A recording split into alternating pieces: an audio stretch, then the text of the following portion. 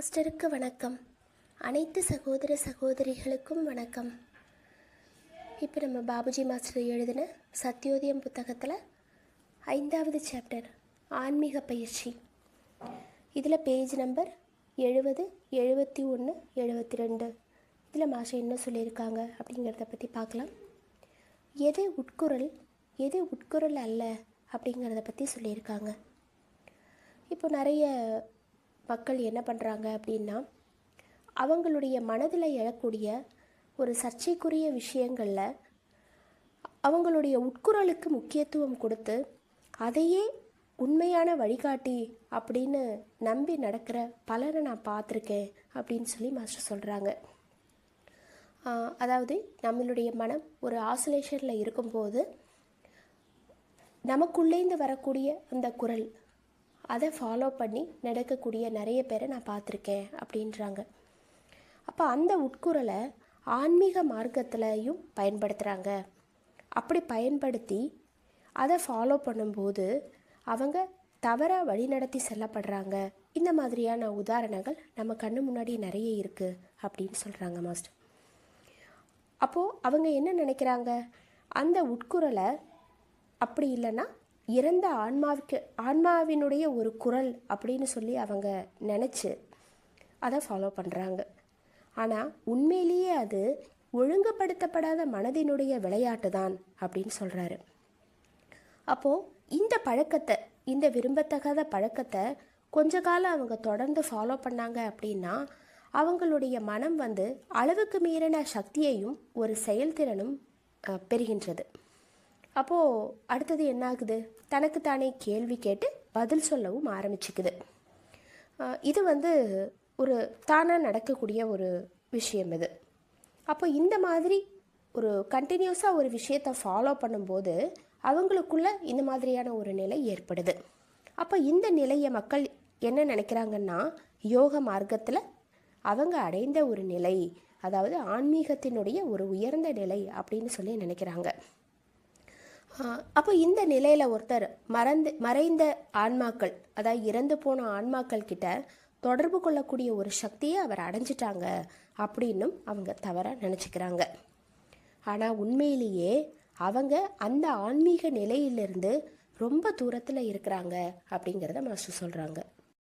ஒரு குறிப்பிட்ட பழக்கத்தை சில காலங்கள் தொடர்ந்து செய்யும்போது அதுக்கான ஒரு கேப்பபிள்ங்கிறது அவங்களுக்குள்ளே வரும்.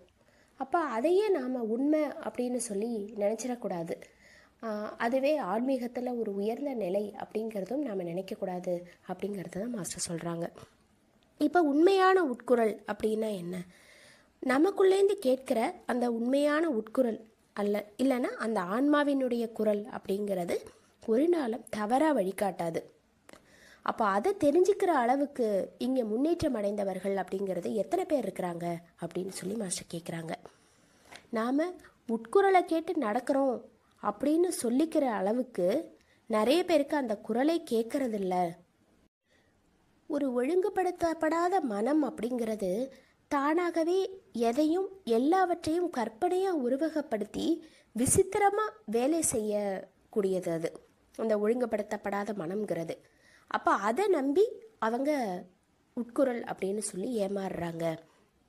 அப்போ அந்த ஒழுங்குபடுத்தப்படாத மனம் அப்படிங்கிறது என்னென்ன பண்ணும் அப்படின்னு சொல்கிறாங்கன்னா, நமக்கு கண்ணு முன்னாடி ஒரு பேயையோ பிசாசையோ தோற்றுவித்து அதுக்கிட்டேருந்து ஒரு குரல் கேட்குற மாதிரியும், அப்போ அந்த குரலே மரங்கள்லேயும் கற்கள்லேயும் கூட கேட்குற மாதிரியும் நமக்கு உருவகப்படுத்தி காமிக்கும்.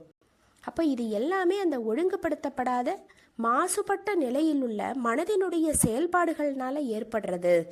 இது எதுவுமே உண்மை கிடையாது அப்படிங்கிறத மாஸ்டர் தெளிவாக சொல்கிறாங்க. அதாவது பாபுஜி மாஸ்டர் சொல்கிறது, காமம், குரோதம், லோபம், மோகம், அகங்காரம் இது நாம் சுமந்துட்டுருக்கிற 5 சாத்தான்கள் அப்படின்னு சொல்கிறாரு. நம்மளுடைய மனதின் மேலே படிந்திருக்கக்கூடிய அந்த உரைகள் அப்படிங்கிறது மலம்னு சொல்லக்கூடிய அழுக்குகள், விஷேபம்னு சொல்லக்கூடிய கலக்கங்கள், ஆவரணம்னு சொல்லக்கூடிய போர்வைகள். அப்போ இந்த திரைகளை நாம் நீக்கி மனதை ஒரே சீரான ஒரு சமநிலைக்கும் மிதத்தன்மைக்கும் கொண்டு வந்தால் ஒழிய அந்த உட்குரலினுடைய வழிகாட்டுதலை, அந்த தூண்டுதலை நாம் கேட்க முடியாது. அப்போது அதுக்கு முன்னாடி அந்த உட்குரல் அல்லது இறந்த ஆன்மாவினுடைய அந்த வழிகாட்டுதலை நான் பின்பற்றி நடக்கிறேன் அப்படின்னு சொல்லிட்டு இருக்கிறாங்க இல்லையா, அவங்க பெரும்பாலும் உண்மையிலேயே அவங்களுடைய ஒழுங்குபடுத்தப்படாத அந்த கட்டுப்பாடு இல்லாத மனதினுடைய சொல்படி தான் அவங்க நடக்கிறாங்க. அது உண்மையிலேயே உள்ளேருந்து கேட்கிற அந்த ஆன்மாவினுடைய உண்மையான குரல் அல்ல அப்படின்னு சொல்கிறாரு. இது வெறும் பிரமைதான் அப்படின்னு சொல்கிறாங்க. அப்போது இந்த மாதிரி ஒரு தவறான பழக்கத்தை தொடர்ந்து வளர்த்துட்டு வந்தாங்க அப்படின்னா அதுலேருந்து அவங்கள மீட்க முடியாமலேயே போயிடும். அவங்க அதில் சிக்குண்டு போயிடுவாங்க. அப்போது இதனால் நமக்கு எப்போவுமே அந்த மாதிரி ஒரு சூழ்நிலையில் கட்டுப்பட்டவங்க, மனநிலையில் கட்டுப்பட்டவங்க எப்போவுமே ஒரு மன உளைச்சலுக்கும் அலக்களிப்புக்கும் தான் ஆடாகிறாங்க. அதுதான் அவங்களுக்கு ஏற்படுது அப்படின்றாரு. இதுக்கு பாபுஜி மாஸ்டர் அவர் பார்த்த ஒருத்தரை உதாரணமாக சொல்கிறாரு. பக்தர்கள் அப்படின்னு சொல்லிக்கிறவங்க அந்த மாதிரியான ஒரு பெரிய மனிதர் ஒருத்தரை எனக்கு தெரியும்.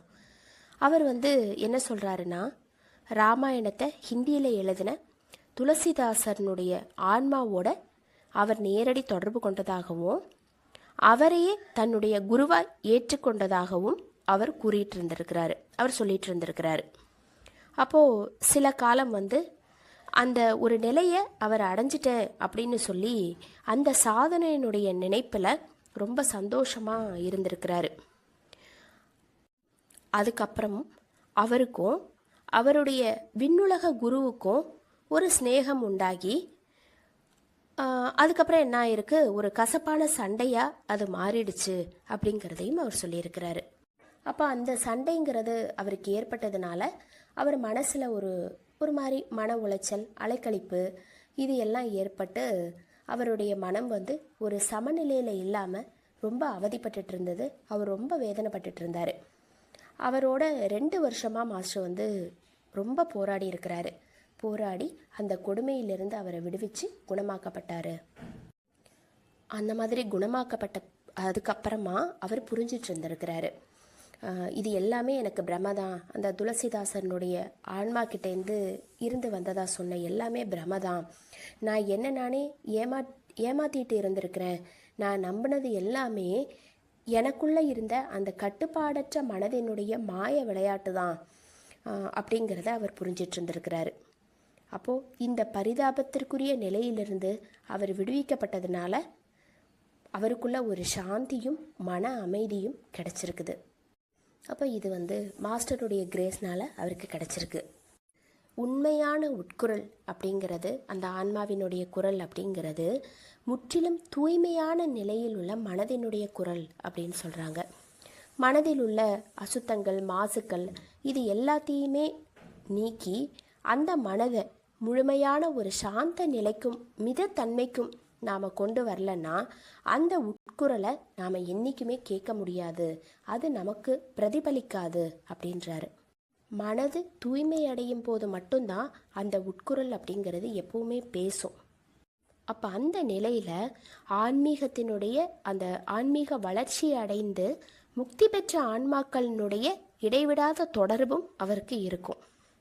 அப்போ அந்த உட்குரலை, அதாவது அதற்கு முன்னாடி இந்த மாதிரி தூய்மைப்படுத்தப்படாத மனதிற்கு முன்னாடி, ஒழுங்குபடுத்தப்படாத மனதிற்கு முன்னாடி கேட்கக்கூடிய அந்த உட்குரல் அப்படிங்கிறது, அதை கேட்டு நடக்கிறது அப்படிங்கிறது ஒரு அபாயகரமானதும் நிறைய பேருக்கு கேடு விளைவிக்கக்கூடியதுமான ஒன்று அப்படிங்கிறத மாஸ்டர் சொல்கிறாங்க.